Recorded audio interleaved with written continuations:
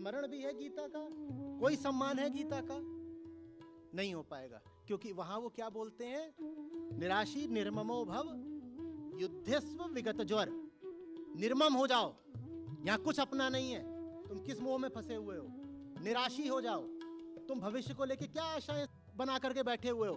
ठीक अभी जो सही कर्म है उसको करो और लड़ो। युद्धस्व युद्धस्व युद्धस्व।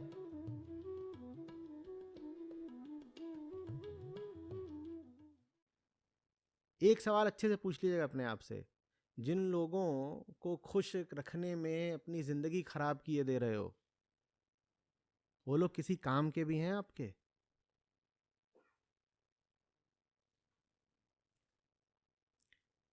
जिनके डर के साए में जिंदगी बिता रहे हो, वो उखाड़ क्या लेंगे आपका? ये पूछिएगा अपने आप से।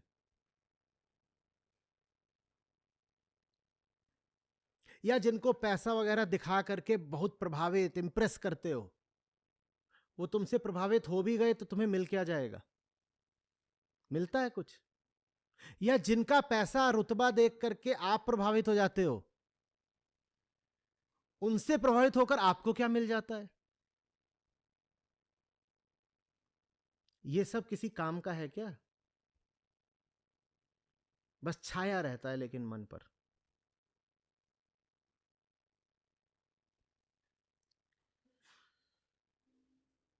अध्यात्म सर्वप्रथम एक विद्रोह होता है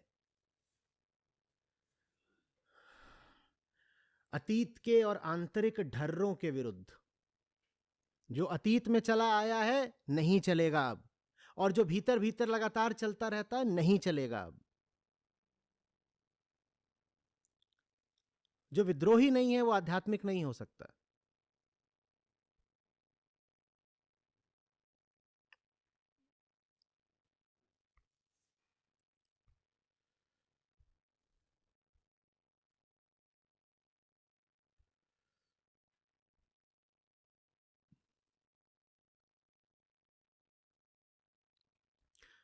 कुछ जम रही है बात? हम्म?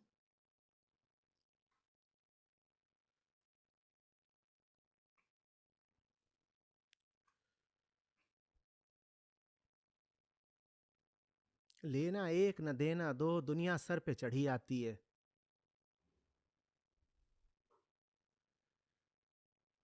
और हम इस सर पे बिठाए भी रहते हैं। तुम हो कौन? यही सवाल होना चाहिए। हो कौन? क्यों सुने तुम्हारी? हम्म?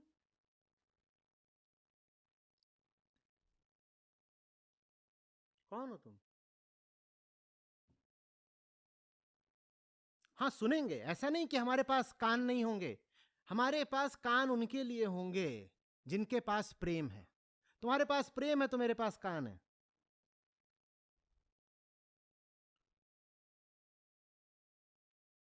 और अगर तुम्हारे पास प्रेम है तो फिर मेरे पास जबान भी है। बात भी उन्हीं से करूंगा, जवाब भी उन्हीं को दूंगा जिनके पास प्रेम है।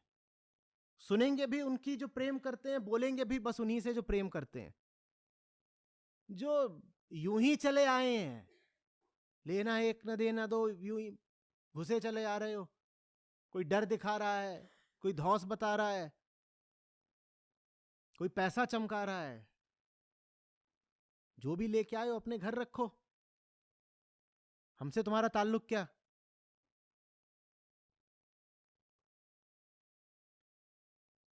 आज तक तुम्हारी मान भी ली तो तुमने हमें दे क्या दिया है? तुम्हारे कायदों पे चलकर तुमको ही कुछ नहीं मिला, हमें क्या मिल जाएगा?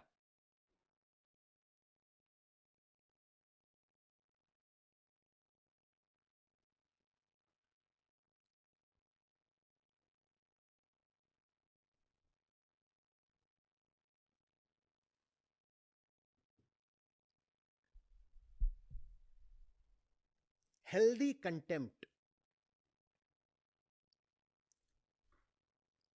दुनिया के प्रति एक स्वस्थ अवमानना का भाव रखिए। कंटेम्प्ट। कैसी कंटेम्प्ट? हेल्दी कंटेम्प्ट बोल रहा हूं, ये नहीं कि बस जो मिला उसी को कह दिया है। जो कोई आक्रामक हो रहा हो, जिसके इरादे आपकी बाह मरोड़ने के हों, जो कोई चाहता हो आपको अपनी उम्मीदों के अनुसार चलाना, उसको बस यही सवाल, तू है कौन? Who are you? और जगत का काम है हर दिशा से आप पर चढ़े आना, वो यही चाहता है। और ये भी नहीं कि हर बार वो एक इंसान के रूप में ही आप पर चढ़ेगा।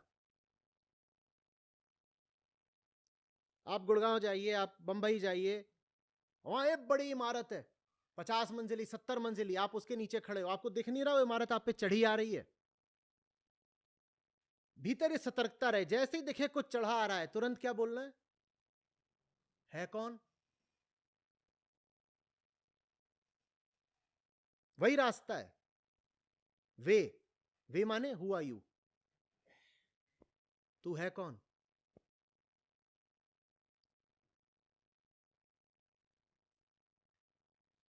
आप कहीं पर गए हैं नौकरी का इंटरव्यू देने, और बड़ा मल्टीनेशनल का ऑफिस है, उसके आप रिसेप्शन पे बैठे हैं और वो बड़ा इंपोजिंग होता है, वो आपके ऊपर एकदम चढ़ा आता है, बहुत पैसा लगाकर वो रिसेप्शन बनाया जाता है ताकि आप जल्दी से प्रभावित हो जाएं, सरेंडर कर दें जल्दी से। जैसे ही देखिए कि रिसेप्शन इस हिसाब से बनाया गया है, वहां पर ऐसे बैठिए। हम उल्टा करते हैं, बदतमीज से बदतमीज आदमी भी जब किसी बड़ी कंपनी के रिसेप्शन पर बैठा होता है, किसी 5 स्टार होटल में जाता है, तो वहां वो बहुत तमीजदार और अदब वाला हो जाता है, कुल मिलाकर पालतू हो जाता है।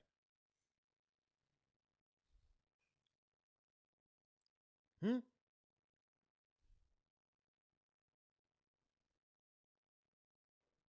जर्मन शेफर्ड 5 स्टार में पहुंच के क्या बन गया? देसी पिल्ला। बाहर घूमते रहे हैं वैसे, और जैसे ही देखा कि ये 500 करोड़ की इमारत, वहां बिल्कुल yes yes yes yes yes, what do I have to give, where do I sit. और वहीं बाहर निकल करके दुनिया भर से गाली गलौज और बदतमीजी। पालतू नहीं बनना है, समाज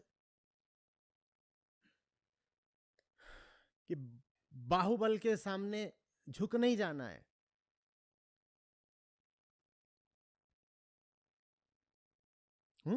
जितनी विनम्रता सच्चाई के सामने होनी चाहिए, उतनी ही ऐंठ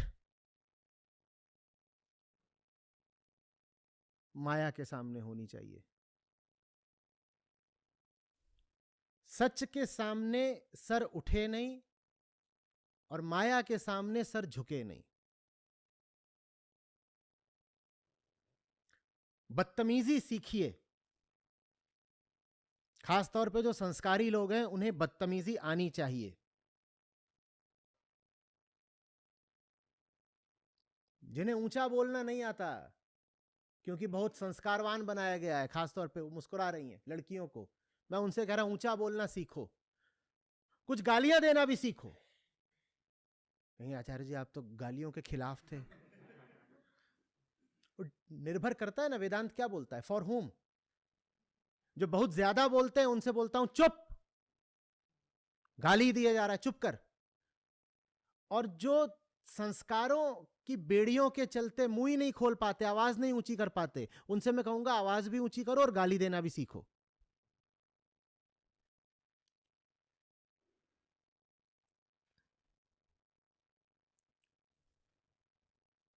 आ रही बात समझ में?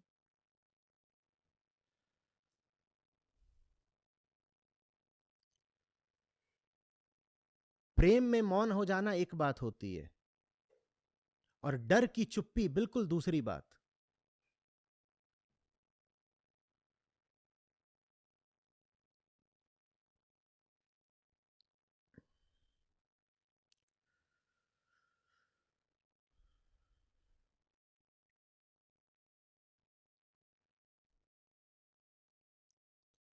मुझे बड़ा मजा आता है देखने में। लोग कितने तमीजदार हो जाते हैं एयरपोर्ट पर, फ्लाइट के अंदर, बड़ी कंपनियों में, बड़े अफसरों के सामने, नेताओं के सामने, बड़े रेस्टोरेंट में कितने तमीजदार हो जाते हैं।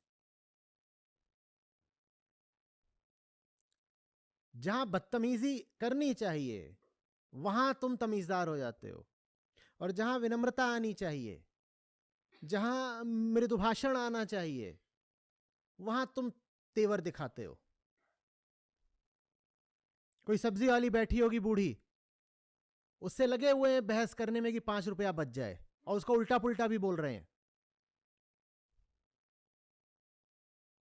ऑटो पर बैठ करके रेस्टोरेंट पहुंचे हैं, ऑटो वाले से बदतमीजी कर रहे हैं। हाँ, रेस्टोरेंट में घुसते ही वहां पर गेट पे ही खड़े हुए हैं 2 भारी भरकम गार्ड बाउंसर, वहां बिल्कुल एकदम सीधे हो गए।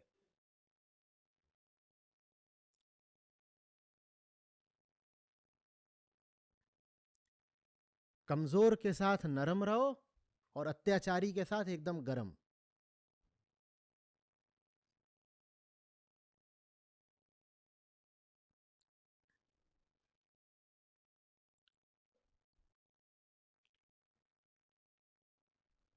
समाज उल्टे सिद्धांत पर चलता है। समाज और अध्यात्म की इसीलिए बनती नहीं आपस में। समाज कहता है ऊंचे लोगों से रिश्ता बना के रखो ना, नेटवर्किंग। अध्यात्म कहता है ऊंचा तो सिर्फ एक है, हमारी नेटवर्किंग तो उसी के साथ होगी। और बाकी जितने दुनिया में अपने आप को ऊंचा कहते हैं,